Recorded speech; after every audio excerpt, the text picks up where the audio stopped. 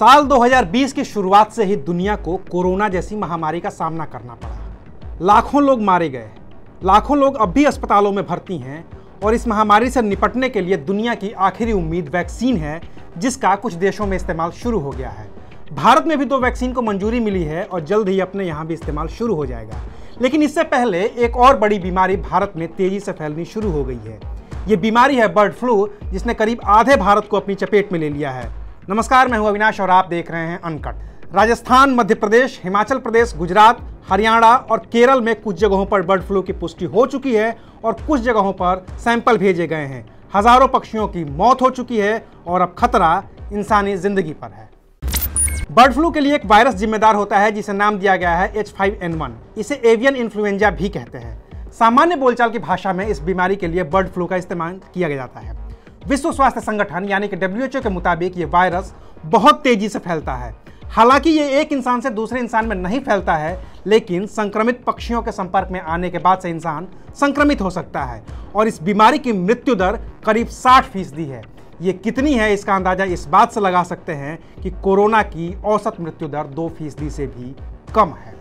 अगर बात इतिहास की करें तो सबसे पहले ये वायरस मिला था स्कॉटलैंड में। साल था 1959, लेकिन तब वो इतना खतरनाक नहीं था। ये खतरनाक हुआ 1999 से 2002 के बीच और फिर 2004 में ये 2 हिस्सों में बंट गया। एक हिस्से ने वियतनाम, थाईलैंड और कंबोडिया को प्रभावित किया, जहां लाओस और मलेशिया से पक्षी आए थे। दूसरे हिस्से ने चीन, इंडोनेशिया, जापान और दक्षिण कोरिया को प्रभावित किया।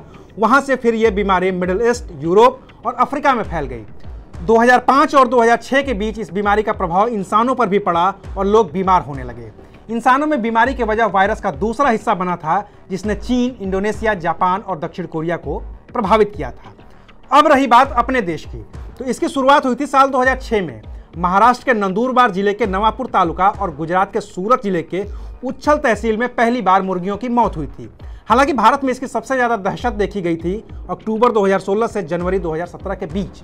इस दौरान दिल्ली, ग्वालियर, अल्लापुझा, कोट्टयम, पटियाला, हिसार, बेल्लारी, सुंदरगढ़, अहमदाबाद और दमन के चिड़ियाघरों में बर्ड फ्लू की पुष्टि हुई थी। इसके बाद जनवरी 2018 में कर्नाटक में और फरवरी 2018 में ओडिशा में बर्ड फ्लू का वायरस पाया गया था। अब एक बार फिर से देश में बर्ड फ्लू की दहशत है। WHO के मुताबिक साल 2003 से 2020 के बीच दुनिया भर के कुल 17 देशों में 862 लोगों में बर्ड फ्लू की पुष्टि हुई थी। इनमें से 455 लोगों की मौत हो चुकी है। अच्छी बात यह है कि भारत में अब तक एक भी इंसान में बर्ड फ्लू की पुष्टि पिछले 17 साल के दौरान नहीं हुई है। लेकिन सावधानी जरूरी है और इसके लिए हम आपको बताते हैं बीमारी के लक्षण, जिसे WHO की ओर से बताया गया है। WHO के मुताबिक तेज बुखार, बेचैनी, खांसी, गले में दर्द, शरीर में दर्द इस बीमारी के सामान्य लक्षण हैं। इसके अलावा पेट दर्द, छाती में दर्द और डायरिया भी हो सकता है। सांस लेने में तकलीफ हो सकती है, निमोनिया हो सकता है और मानसिक तौर पर परेशानी का सामना करना पड़ सकता है। अब सबसे जरूरी बात आपको बता देता हूं, आमतौर पर जब भी बर्ड फ्लू फैला है तो लोगों ने सबसे पहले चिकन खाना ही बंद किया है। इसके बारे में WHO का साफ तौर पर कहना है कि अच्छे से पकाए गए चिकन और पोल्ट्री प्रोडक्ट में बर्ड फ्लू का वायरस नहीं होता है, क्योंकि गर्मी से यह वायरस मर जाता है। बाकी इलाज के लिए एंटीवायरल मेडिसिन ओसेल्टामिवीर है, जिससे बीमारी का खतरा कम हो जाता है और मौत की गुंजाइश भी। ये भी मैं खुद से नहीं कह रहा हूँ, ये WHO का कहना है। इसकी वैक्सीन बनी है, लेकिन उसे आम लोगों के लिए अभी इस्तेमाल में नहीं लाया गया है। ऐसे में हमारे यहाँ सरकारें एहतियात बरत रही हैं। मध्य प्रदेश में कुछ जिलों में पोल्ट्री की दुकानें बंद करने का आदेश जारी कर दिया गया है। हिमाचल में कांगड़ा के पौंग डैम के पास मांस और अंडा बेचने पर रोक लगा दी गई है। केरल में कंट्रोल रूम बना दिया गया है और क्विक रिएक्शन टीम तैनात कर दी गई है।